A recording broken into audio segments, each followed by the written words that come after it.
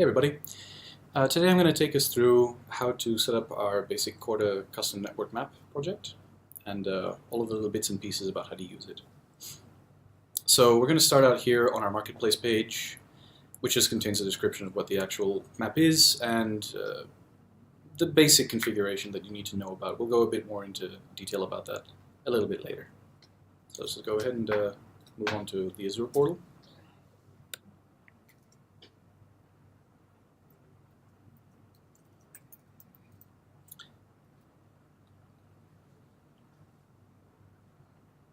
As you can see here, we have the details all over again, in case you forgot. We'll go ahead and create. This template is essentially the same as setting up just a basic VM. So all of the same stuff that you would use to make just any VM.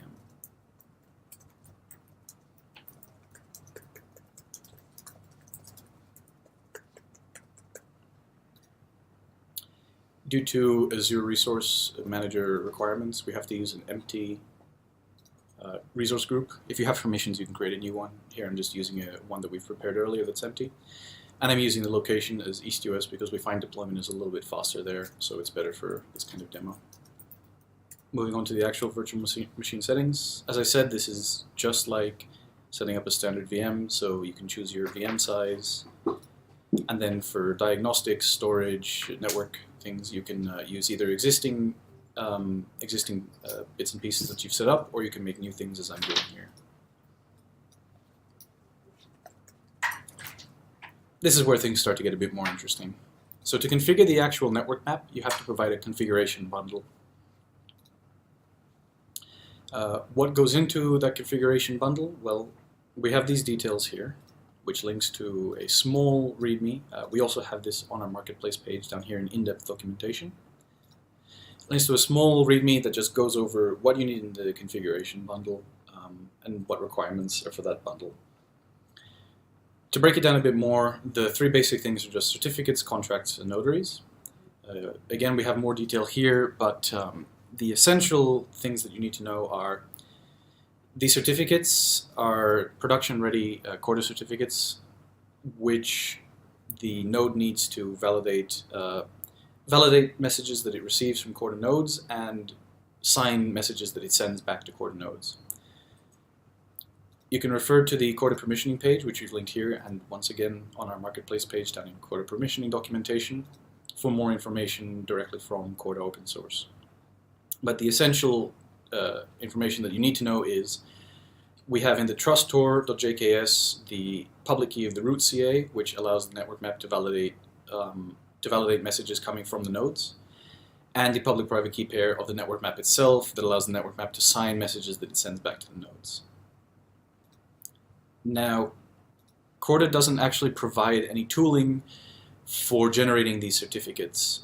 They essentially, in much the same way that they do for the network map, they assume that people are going to implement their certification process differently.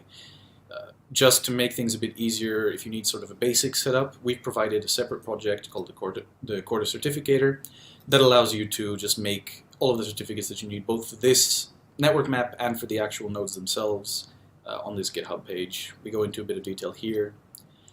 And if you look back here on the in-depth documentation, we have an example that just runs through how to set up a basic network map, how to use the Corda Certificator to set up some basic nodes, and just a very, very quick run through of, goes a bit more into depth than I'll be going into here today. Going back to our configuration bundle requirements, you also need to include contracts. This is due to a requirement in the current version of Corda, which of time of this video was 3.2.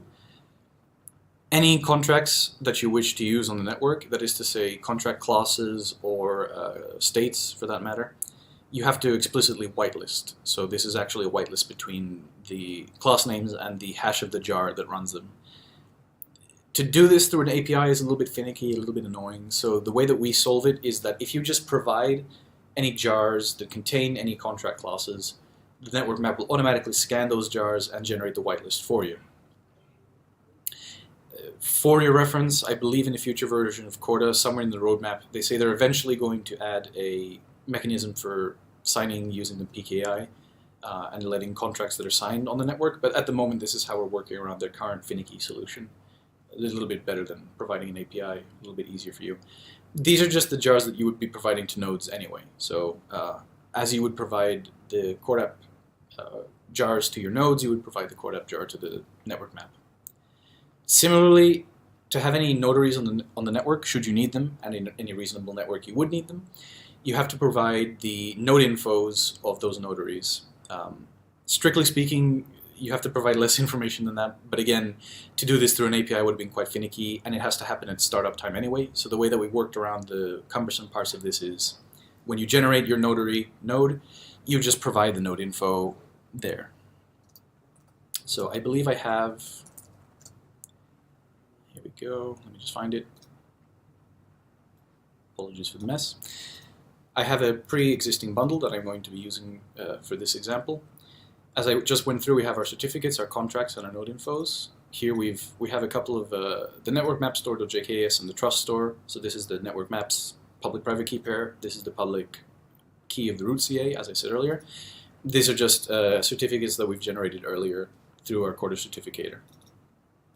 Here in contracts, we're using the Yo CordApp, which is sort of essentially the hello world of Corda, I guess. And as I said before, the Corda network map will automatically scan this jar for the whitelist and generate a whitelist from it. This node infos is a node info that we generated as part of our example process. So right here, I've already generated a sample set of nodes that we're going to be using just a little bit later. And as part of that process, this node info is what we've got from it. I should also note that these example nodes, I've generated the certificates for them in the same manner that I've generated the certificates for the actual network map.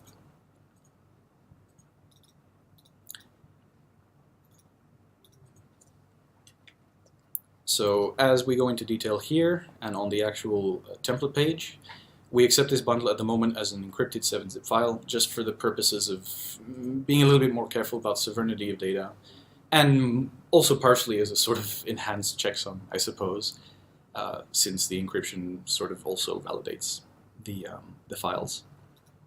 We also have this information here. We expect it as an encrypted 7-zip. We believe that any encrypted format that the 7-zip program reads should work, so I believe that includes encrypted zips, encrypted RARs, but we haven't tested with anything aside from encrypted 7-zip. If you try that and you find that it works, do please tell us so that we can update our documentation. But for now, we're just using encrypted 7-zip files. So we're going to go ahead and just upload that pre-prepared bundle that I have here. You'll note here that we've made a note of a little Azure strangeness. This is, at this point, after we've entered our password, which I'm going to go ahead and do here, we can immediately just proceed. And if we do that, Azure will throw us a validation error in the next step. What we do need to do is wait for this upload to actually complete, which you can see here in this notification section it just has. If you don't do that, this URL doesn't exist, so it's not put into the template, and essentially Azure just lets you make this mistake. So you'll have to wait for that upload to complete. It's a bit of a pain point, but as far as we could find, there was no way around it. So everything seems to be in order. We'll continue to the next step. Azure will run some final validations. We can just check everything that we've done really quickly. We can download the template parameters if we want to check what we've done. I trust myself, so I'm just going to go ahead and OK. And then we'll get our terms and conditions, which we'll just wait to load. Sometimes this can take a bit longer than we expect. Here we go. And we can create. And now the deployment started. So that's fairly straightforward.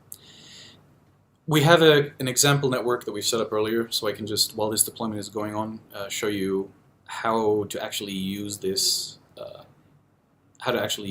of node.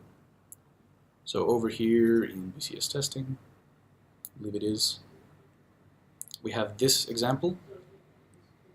This is a pre-existing network map that I put back. I've just created this in exactly the same way that you've seen, except I just did it a while ago. So we have our DNS name here, make note of that. I'm just going to show you through Postman very quickly that we can validate that that is actually up. That's the same DNS, as you can see. Our server goes up on port 8080 just for the sake of making permissioning and security a little bit easier on our end. It just avoids some links issues. That's the only reason we're on 8080. It just makes it a bit easier to secure it. /network map is the actual endpoint. And as we can see here, we get the network map back. This is exactly what the node sees, and it knows how to process all of this. So if I set this up correctly, we should have a web server up with an example party. Yes, good. Over here, we've set up a couple of Corda nodes. Sorry. A couple of Corda nodes that use that network map that I just showed you. A notary and a party B. That party B has a web server on it using the standard Corda web server for development purposes that we just set up for this purpose. So we can just check that that is actually us. So yes, we're party B. And we can see here, if we go ahead and get the peers, it's a little bit finicky, there's some strangeness here. We can see that after we get through a bit of strangeness that Corda has, we eventually get to see the peers. And this notary and party B are connected through that network map that I just showed you.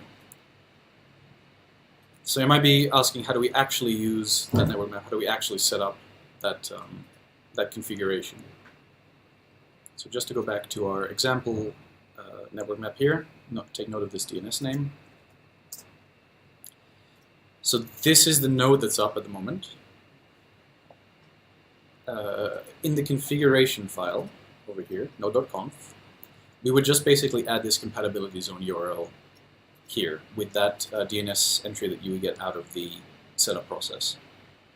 As you can see here, this is the DNS that we're using for that.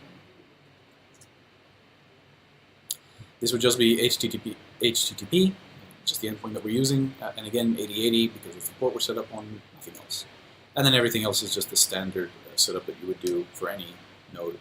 We have our key store here because that's just a particular feature of the certificator program. I won't go into too much detail there. Okay, so I believe that should be everything. Again, if you need more information on our marketplace page, we go into some light information about the bundle setup you need. And again, in our in-depth documentation, we go into a full-fledged example, start to finish, on how to generate certificates, how to configure a node, and how to put up a node somewhere. We also put up a little OpenAPI 3 specification. The Corda network map, as you can see, it's a YAML file. The Corda network map is basically just a nice RESTful endpoint that Corda open source specifies in their documentation. We've just made this Open3 API version of it for your convenience if you want to read a bit more into it. And of course, we're available here for technical and sales support if you need it. That should be everything. Okay, thank you, bye.